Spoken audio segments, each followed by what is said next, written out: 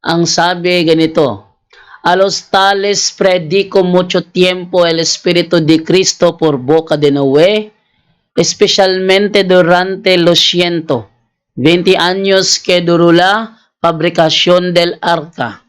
El Padre se entiende por espíritus las almas y por cárcel el purgatorio. Purgatorio. Ito So, naman mga yung... nagtatanong ha. Mm-mm.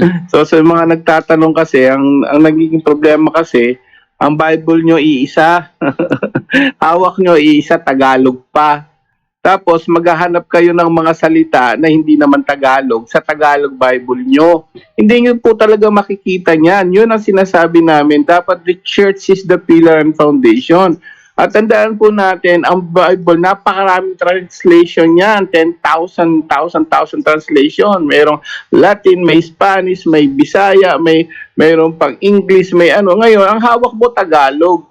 Sasabihin mo, hindi wala rito eh. Natural, wala dyan. Bakit? Iisa lang. Ganyan din ang style ni Eli Soriano eh. Iisa lang Bible niya, dating Biblia. Eh, napakaraming translation niyan, libo-libo. Tapos sasabi niya ba, oh, di ba? Wala sa Biblia? Wala sa Biblia mo.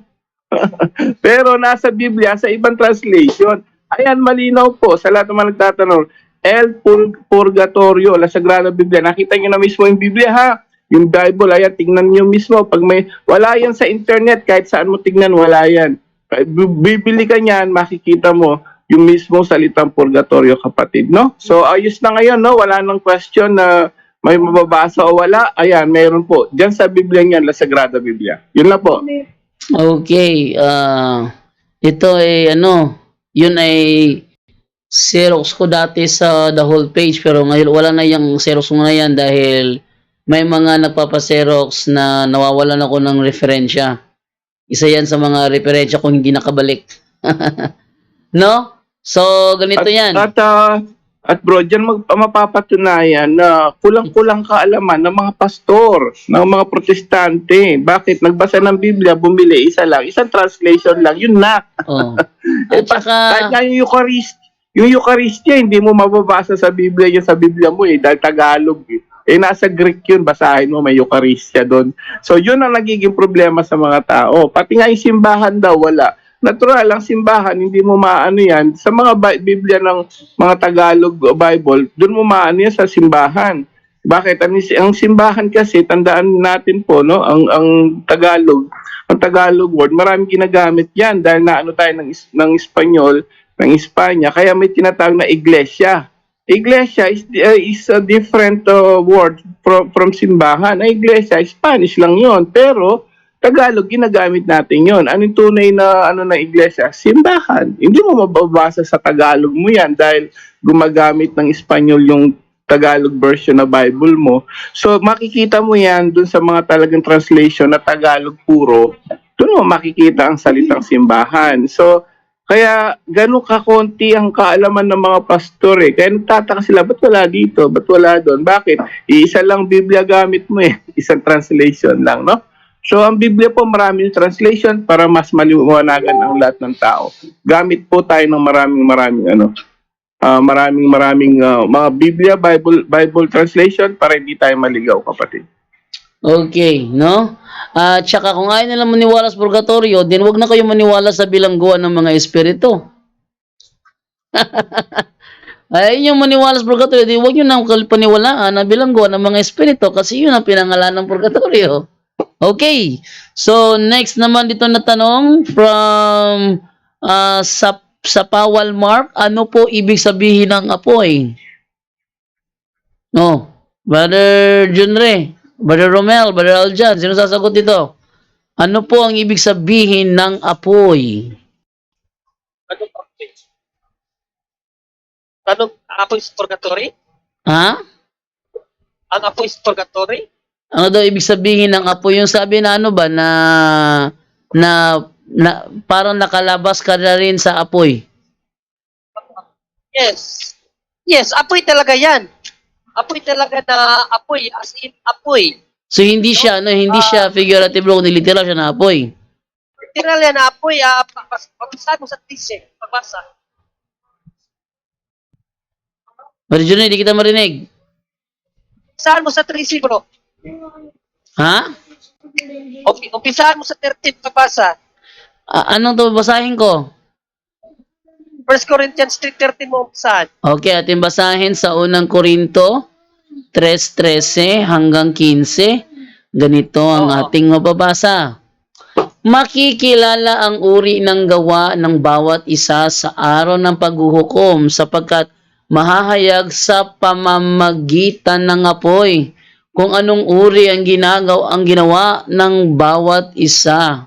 Kung ang itinayo sa ibabaw ng pundasyon ay hindi nasunog, tatanggap ng gantimpala ang nagtayo noon. Ngunit kung masunog naman, mawawalan siya ng gantimpala, gayon man, maliligtas siya. Kaya lang ay para siyang nagdaan sa apoy. Para siyang nagdaan sa apoy, para siyang nagdaan sa apoy. So, apoy talaga siya. No? Kasi, kung babatayan natin ang pahayag ng Panginoong Kristo, apoy din. No? Mark 9:49 dyan, no? Okay, next naman dito is from Romy Bendejo Banyanola. O dyan do, sa Yes. Mark 9:49. Ha? Hindi ba ako naririnig, bro? Hindi ka maririnig bro, napakalayo ng bibig mo sa mic. Lalapit na eh. Yan. Ano yan? Ano yon? Ano yon? O, yan. Malinaw naman na talagang apoy yan, no? So, sa 9:49 ng Mark, basahin mo kung ano bang pahayag ng Panginoong Kristo. Okay, ating basahin ang sinasabi sa Mark 9:49. Ito ang sabi. Sapagkat ang bawat isa'y dadalisayin sa apoy at ang bawat handog sa Diyos ay lalagyan ng asin. Dadalisayin talaga tayo sa apoy ayon sa Panginoong Kristo at apoy yan. Kung hindi yan apoy, anong uri ng pagdadalisay ang gagawin sa atin ng Diyos? Maliban sa apoy na sinasabi, wala naman eh. No? At ang purgatory kasi wala siyang pinagkaiba sa apoy sa impyerno, parehas lang. Apoy din talaga siya. Ang pinagkaiba lang nila sa purgatory, mayroon pang kalayaan ang mapupunta sa purgatory. Sa kasi sa impyerno, wala na talaga. Totally damnation na siya. Tapunan ng mga patay, no? Ang impyerno. While sa purgatory ay after nun, maliligtas ka pa. So yun lang pinagkaiba nila. Pero sa essence, what is purgatory and hell? Anong uri ng apoy? Apoy. Apoy na sa sa impyerno, apoy siya na ginawa ng Diyos para sa punishment sa mga makasalanan. While ang purgatory, ginawa siya ng Diyos apoy for purification. Pero apoy talaga siya. Okay, ito pa. Bro Jando, pasingit nga ng tanong din muna. Kasi 2 days ago pa to.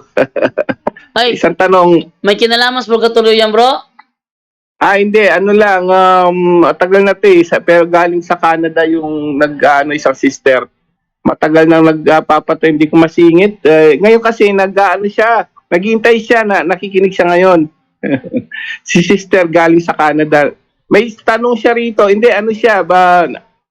minessage niya si Bro Aljan, 2 days ago pa to eh. Tapos ngayon, pinorward na sa akin yung tanong, bro. Unahin lang natin kasi parang nag-break time lang siya. Nasa Canada siya ngayon. Ayun rin natin unahin lang natin, mabilisan lang yung tanong niya, bro Sige bro. Dito sa akin. Sige bro.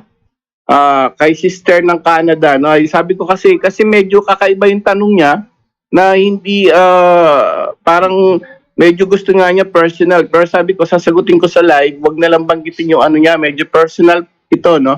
So ito po yung galing kay sister ng Canada, no? Ang tanong niya sa sister niya na nasa Chicago. Okay. Sabi rito, good evening, Brother Angel. Ako yung gustong makipag-usap sa iyo through Brother Aljan. Ang gusto kong itanong po ay tungkol sa sister ko sa Chicago. Nalaman ko lately na hindi pala sila kasal sa first husband niya na Pinoy sa simbahan. Sa civil lang, divorce na sila. So nag-asawa uli ang sister ko ng American, pagkatapos ngayon ay separated sila. So magpa-file ng sister ko na rin ng divorce. Ayun. So ngayon may bagong boyfriend ang sister ko, another American. Pangalan niya si Rick. Itong si Rick, divorce na first wife niya, kasal sila sa simbahan sa Lutheran Church naman. Ngayon, ang second wife niya, magdi-divorce na naman. So, medyo maraming divorce dito. Pagkatapos ng divorce ng kapatid ko at ni Rick, yung bago po yun, no, yung latest daw niya, willing si Rick na magpakasal sila sa Catholic Church. Actually, Brother Angel, nagpagawa na daw ito ng personal to, na nagpagawa ng will and testament na bibigay niya ng $1.7 million, bro Dando. Will and testament, nagbigay na parang parang sa niya, sa sister daw niya yon. So, nakapangalan na yata sa sister niya. So, $1.7 million.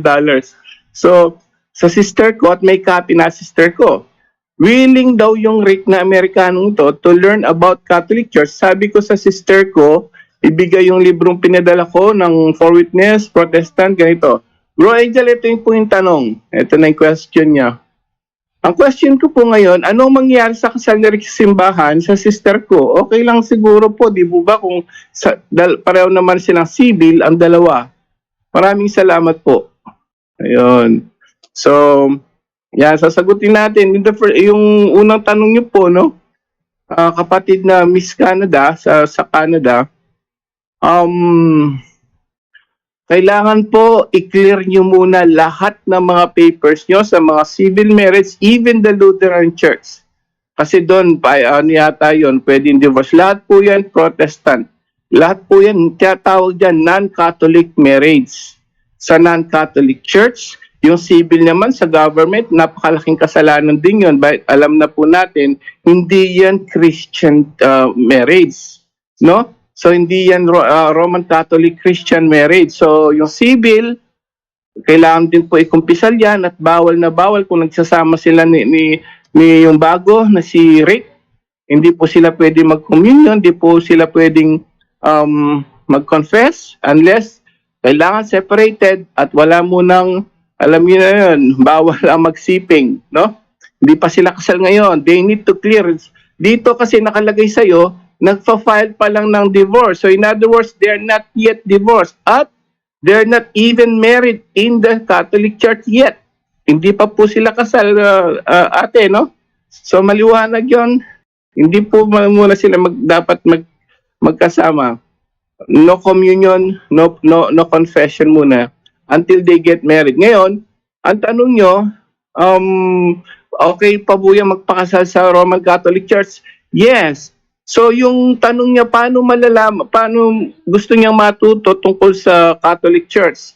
Meron po tayo sa live YouTube channel, English yan, sikat sa US yan, yung tinatawag nilang Catholic Answer YouTube channel, mga theologian ang nandun. Ganun din, parang punto por punto. Ang tanungan doon, ganito, pero American, mga theologian na magagaling ang mga nandun po. Minsan mga pari ang nandun. Catholic Answers. Tapos, YouTube channel yun, live stream ha. Pwede rin po siya mag-tune in dun sa EWTN channel sa cable. EWTN, isang sikat na Catholic media sa TV, cable. So, pwede po siya mag-ano dun para sa Catholic Church. But, right now, yun po muna, no? Pwede, kailangan make sure na i-clear niya muna lahat yung divorce niya, na make sure kasi hahanapan niya ng Roman Catholic Church priest nyo ng mga ebidensya para mabigyan sila ng dispensation. Ano yung dispensation? Mabibigyan sila ng pahintulot magpakasal. Ano yung kasal nila ngayon sa church? Convalidation. So, ibig sabihin, yung mismong ano nila doon, kailangan i-validate na yon. At the same time, para magkaroon ng church wedding, kukunin yung lahat ng divorce paper nyo from 1 to, kung nakailang divorce yung silang dalawa kasi parehong divorce. So yun po, no? I-clear nyo muna yon. Yes, wala kasing Roman Catholic Church wedding na nangyari. So lahat yon invalid pa yon sa church, sa Diyos. Yes, pwede po yon. But make sure, clear. Kasi magpa-file pa lang daw sila kasi mahabang proseso yan, no? Pareho sila. Clear. And then, go to Roman Catholic Church wedding, okay lang po yun sa church, kapatid. Wala po yun. And lastly, kailangan po make sure na nagmamahalan kasi may nabanggit kayong pera, parang may perang involved dito, no? Parang 1.7 million daw agad-agad magbibigay yung Rick. Ang tanong, paano kung walang pera? Hindi na niya pakakasalan. Di ba? That's a big question. So kung pera lang, pakakasalan, hindi po tatanggapin ng simbahan yan. Sabihin mo kay ate, doon sa Chicago, ha? Not because of the money. Kasi kung dahil doon sa perang yon, that's grounds for annulment. Hindi invalid ang kasal nyo kung dahil lang sa pera. Dahil walang tunay na pagmamahalan, tandaan po natin, bago kayo ikasal, tatanungin kayo kung nagmamahalan kayo. Hindi dahil sa 1.7 million dollars, kapatid, ha?